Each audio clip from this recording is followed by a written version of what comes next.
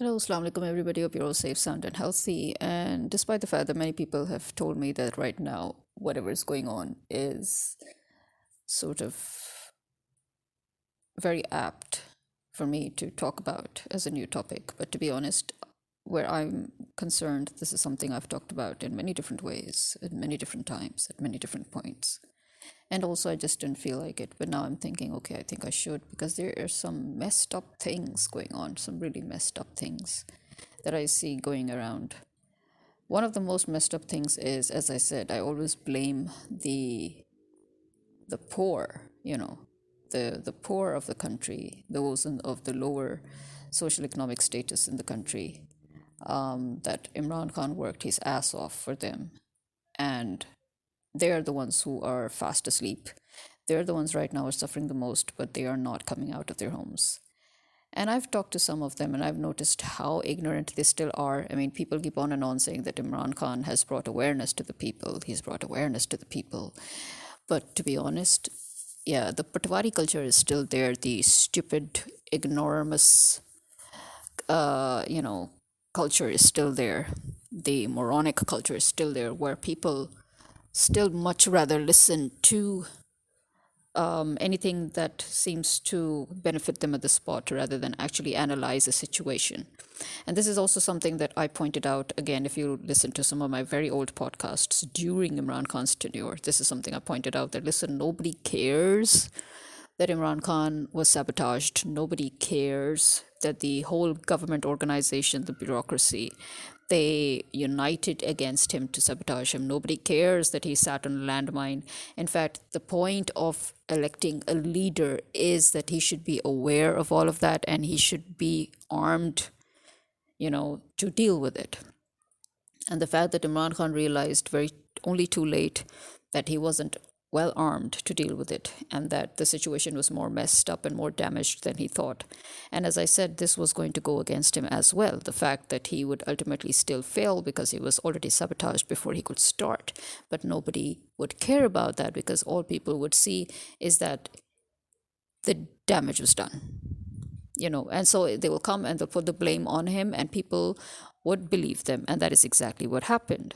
So for example, whenever I talk to some of the help, for example, there are some of those who realize with acute bitterness that yes, Imran Khan was actually working hard and making things better, but this government has screwed everything up. But there are still those who are thinking that, oh no, you know what, during Imran Khan's time, the price of flour went up to 3,000, but now the price of flour is 1,800. And they don't even realize that right now the farmers are losing it. The farmers have lost so much in harvest and they've lost so much because the government refused to buy wheat from them. And the government instead spent 3 times more the amount to buy rotten wheat and rotted flour from Ukraine, was it, or another country, and they forced our people to consume that. And obviously, our people refused, so that also went to waste. And so people ended up buying directly from the farmers, and so actually that cost us more.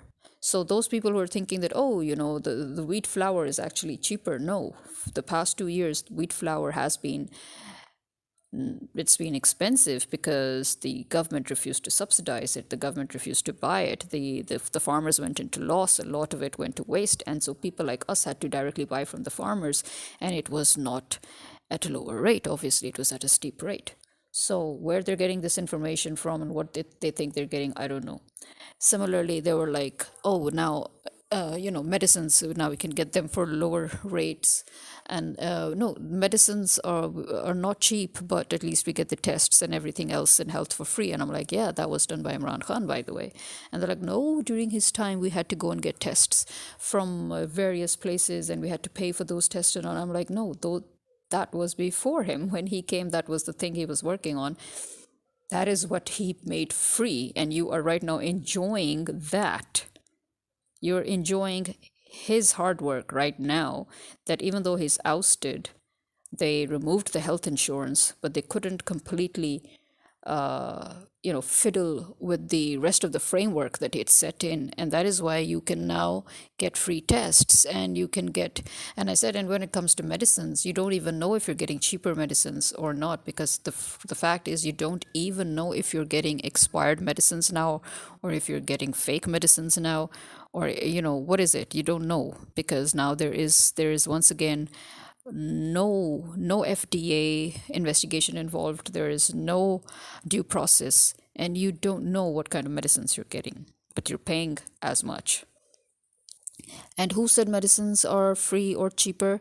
I can tell you that a biotin, a bottle of biotin that has only 30 tablets in it, is 2,100 rupees. Like, you freaking kidding me? That's a supplement. And supplements, as you know, are not even FDA approved. The thing about supplements is that they do not need FDA approval. So you don't even know if these supplements really are supplements or not. And this is not just in Pakistan. We're talking about generally, even in America and all, that supplements are generally, they don't come under FDA approval labels. So you really do not know what's going on there. And to charge 2,100 rupees for a small bottle of biotin capsules, there are only 30 capsules. Like, are you crazy? I'd much rather eat fish. Seriously. Why should I waste 2,100 rupees on that when I can actually get loads and loads of fruits, greens, and fish for just a little over that amount? What's wrong with you? So, yeah. Another messed up thing that I see going on is how people always seem to think that it's, especially, this is again the older generation. The worst part about the older generation is something, again, I've talked a lot about, is that they have been the most hypocritical and the most damaging generation. Who would have thought that just one generation could destroy the whole world, the whole ecosystem, the whole economic system, the whole social and economic infrastructure of the whole world? And yet, they did. That one generation that is still not leaving us alone, that one generation that is still ruling above us, they've reached their 70s, they've reached their 80s, they've reached their 60s, and they're not leaving us alone. And that is the generation that destroyed the whole world. And that is the generation that is singly responsible for the sufferings of our generation, where we don't have jobs, we don't have money, we don't have stability, where money has no value now, where in other words, money is devaluing. It's the devaluation of money is at a speed, that is never heard of. The fact that the largest number of people have left Pakistan in this year alone, the largest number of people in history have left Pakistan this year alone. And then you sit and wonder, where did they get that money from? Because at the same time, the reason why they're leaving this country is because there is no money. So that means that they're probably selling all their assets. They're probably even snatching assets from their relatives and selling those, or maybe they're just wrapping things up and they're selling their homes and their cars and this and that and everything, and they're leaving. So you are seeing right now in Pakistan lots and lots of properties on sale, but nobody to buy. Because of that, the property value will go down. It has gone a bit down. So you tell me, didn't I predict this? What, 5, 8 years ago? When I kept on and on saying that very soon there will be a time when you will have lots and lots of sellers, but you will have no buyers. And that is exactly what's going on. The amount of corruption, the amount of hypocrisy, the amount of open, blatant shamelessness and lawlessness that is going on in this country. The fact that your own leaders are looting and plundering you day and night. They're not leaving a single thing alone that they can seek out money from. Taxes are increasing in every single thing. Triple the amount of taxes. It wasn't enough that they screwed up the wheat harvest of the farmers, and then they screwed up the rice, and now they're screwing up the sugarcane harvest. So get ready for another sugar issue. Remember, whenever this government comes, you always have a sugar issue. You always have hoarding of sugar leading to artificial short of supply of sugar, leading to higher demand, leading to higher money. And our people, when they see that something is high in demand and short in supply, then those people who never even used sugar in their entire lives, they will come up and make a line. They'll make a queue just for that sugar. Why? Because, oh, it's something special now. This is the mentality. And this is why our leaders, so-called leaders, the leaders that are planted by the West, this is why they always follow the same tricks every single year, every single time, because it works.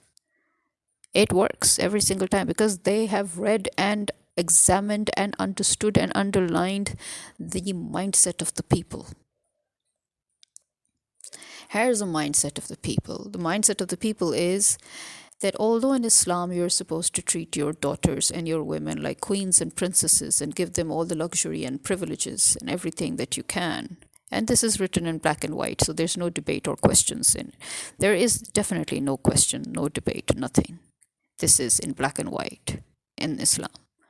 And yet in our society, where we claim to be 97% Muslims, we are still following our ancient pagan culture of a patriarchal system where we are pampering and spoiling the men who are supposed to be given the role of holding the responsibility of earning for a family.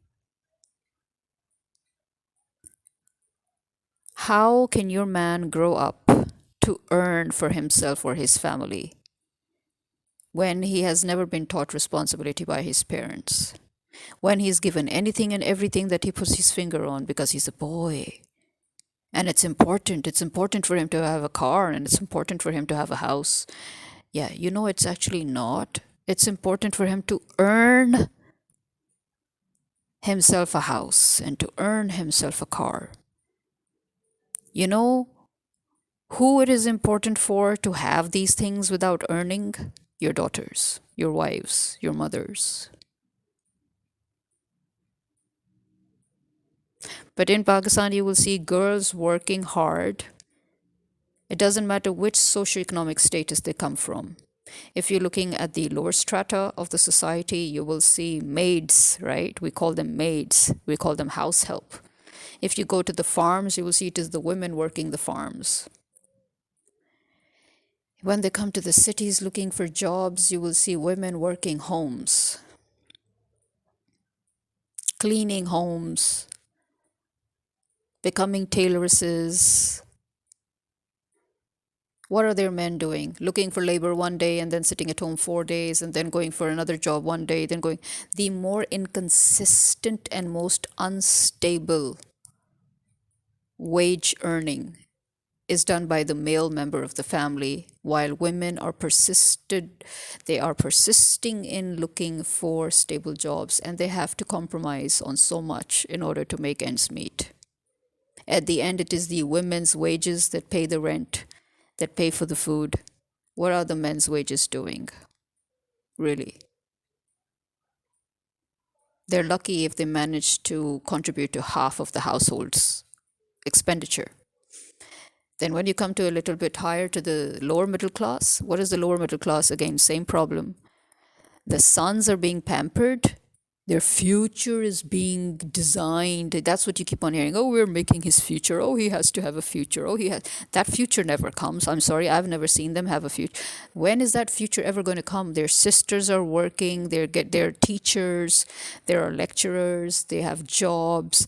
All the sisters are working. They're adding to that money. They're saving that money. They're also contributing towards the house. Then they're contributing towards that goddamn future that their brother never seems to have coming.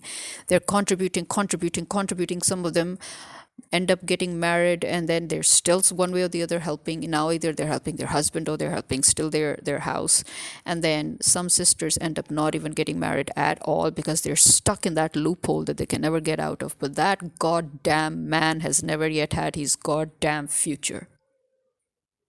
And his parents ruined his sisters' lives for that goddamn future that never came to be. And who's taking responsibility? The parents sure aren't. They haven't even taught their son to take responsibility. And at the end, those same girls that have worked their asses off are on their own. Again, if they're lucky that they have a good partner in marriage, then their struggles have become a bit lighter, but they're still struggling. But they're managing to have a new direction in life. And those who haven't yet gotten married, they're stuck. Now they're stuck forever to now take care of their goddamn brother's goddamn future, because he will end up getting married even though he doesn't have a job, but he will get married. And now the sisters have to contribute towards that goddamn household. So what is this society all about again? Tell me. Why is it important for a man to get everything? And why is a woman struggling to get it? When in Islam, the woman is supposed to get it all and the man is supposed to struggle for it. And then you're wondering what the frack happened to your country? This happened to your country. You got your priorities wrong. You are totally and utterly what we refer to as beghairat. This is what you call beghairti. This is the utter shamelessness, where you are devoid of any and all shame, where you think that, it's very important for a man to get a car because he has to start earning. So the girl of the house, she doesn't need money? She doesn't have a life of her own? I have noticed how parents have constantly interfered with lives of their children just so that they can pamper their other children. This is why I say that we need to stop the chain of bad parenting at one point. We have had centuries of bad parenting, and it is translating itself in each generation in the worst way possible. And that is why this generation, our generation, I'm sorry to say, we are the worst parents. Because we have borne the brunt of extremely bad parenting, where one child is sacrificed for the sake of another child.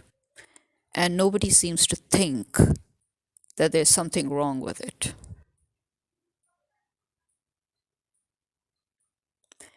So this country is doomed. I don't care anymore about whatever the aesthetics are or whatever the correct political, wording or term I need to use and all. I don't give a shit about all of that. All I know is that this country does not deserve to exist, mainly because of the people. I think that Qaid-e-Azam must be turning in his grave, because these are not the people for whom he made this country. And these people are definitely not the people for whom he made this country. The people for whom he made this country aren't even living here. And those of us who have been unfortunate enough to live here are living in utter misery. And we are praying every day for the destruction and the implosion of this country just because of the people here.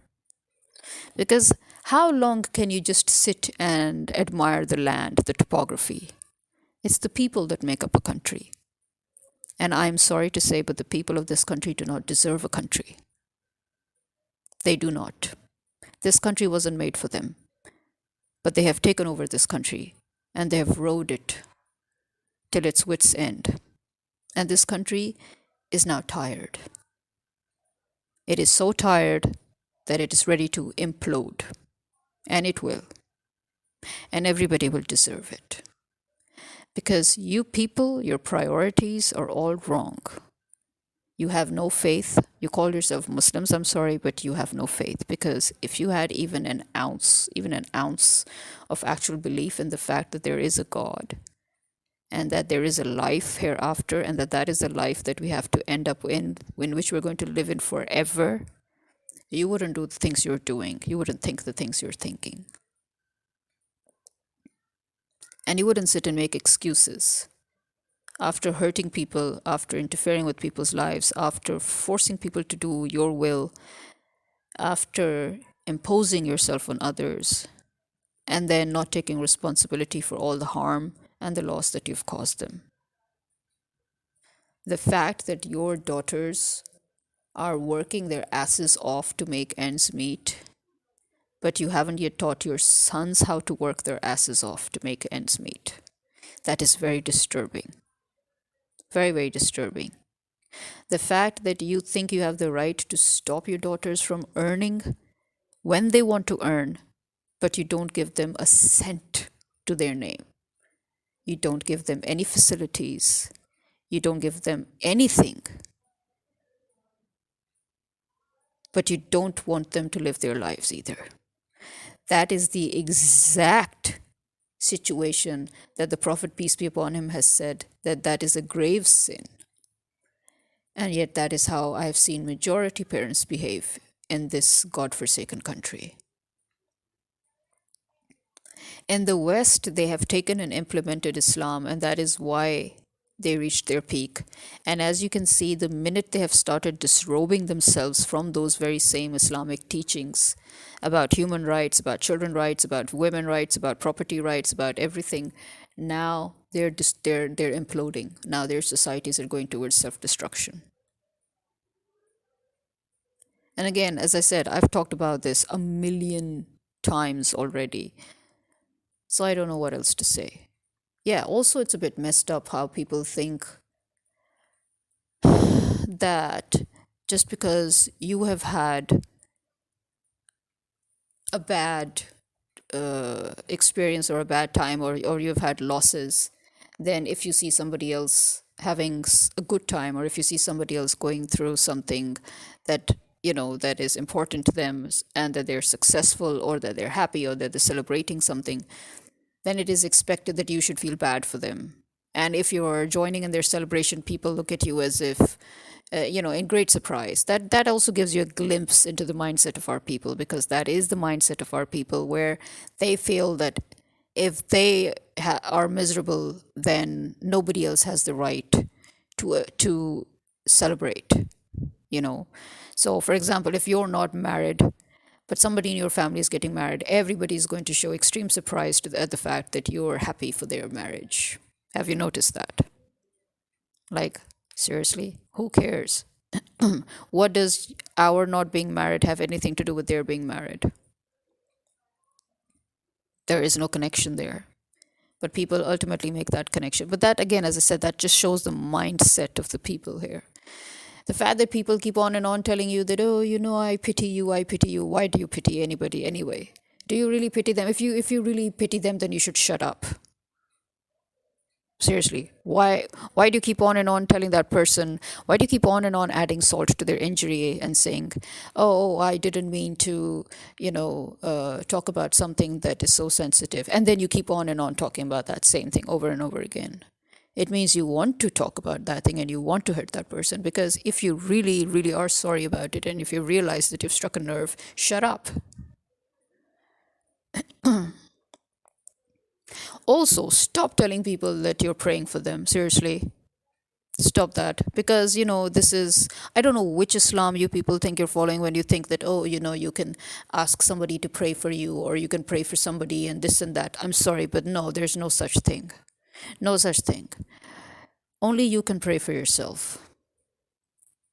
I cannot pray for you, you cannot pray for me. We need to stop telling people to pray for us. And we need to stop listening to people who say they're praying. But the amount of people I've heard who says, oh, we're always praying for you. I'm like, yeah, has it changed anything? 17 freaking years have passed. What has changed? Stop praying for me already, please. Go and pray for yourself. I don't need your prayers. If prayers could change anything, we would be having world peace. Please let us not enter into myths and fantasies that have no basis in reality. You need to understand what prayers really are about, what listening of prayers really are about, okay? God has already planned everything. This whole world, every single thing you're thinking, every single thing you're doing is already pre-planned by God. There is no willpower, there is no choice, there is nothing. That is one big delusion and illusion. I've also explained that in my previous podcasts, if you care to listen. There is no such thing as an actual bona fide choice. We don't have any choice. We don't have any freedom of choice, okay? We don't have any real willpower. No. Whenever we think God has listened to our prayers, He hasn't listened to our prayers. It was something that was going to happen anyway. And you will know that when you will keep on and on praying for something for your whole life and never get it. If He doesn't want to do it, you can die praying. He will not do it. And if He wants to do something, He'll make you think He's listened to your prayers, but He was going to do it all along. You need to understand that before you throw around words like prayers. I'm praying for you. I always pray for you. You yourself should recognize the futility of these words when you are talking to a person whom you profess to have prayed for 17 freaking years. That's all I can say. And please stop talking to people about how they can restart their lives. This is also something I've talked about a million times. We are not living in fricking America. We are living in mother fricking Pakistan. You know what that means? Yeah. You need a society that is conducive to change in order to make a change in your life. If it was so easy to restart lives, people wouldn't be leaving this God-forsaken hellhole in the first place.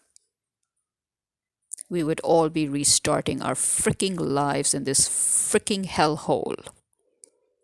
But the fact that people are leaving is a testament to the fact that we cannot restart our lives.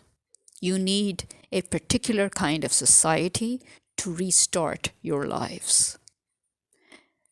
Stop being unrealistic, especially when your generation is the generation that has caused this hot mess. Okay? Your generation is the worst generation ever to have graced this freaking earth. You have ruined the economy, you have ruined the society, you've ruined religion, you have ruined values and morality, you have ruined etiquette and manners, and let me tell you, you have ruined the actual environment itself. And you have ruined not just our generation, but you've ruined the next 3 generations. And you never once took responsibility for your acts. So stop living in a fool's paradise. Wake up, smack yourselves to reality. Smell the fricking coffee and leave us the frack alone, which you will never do.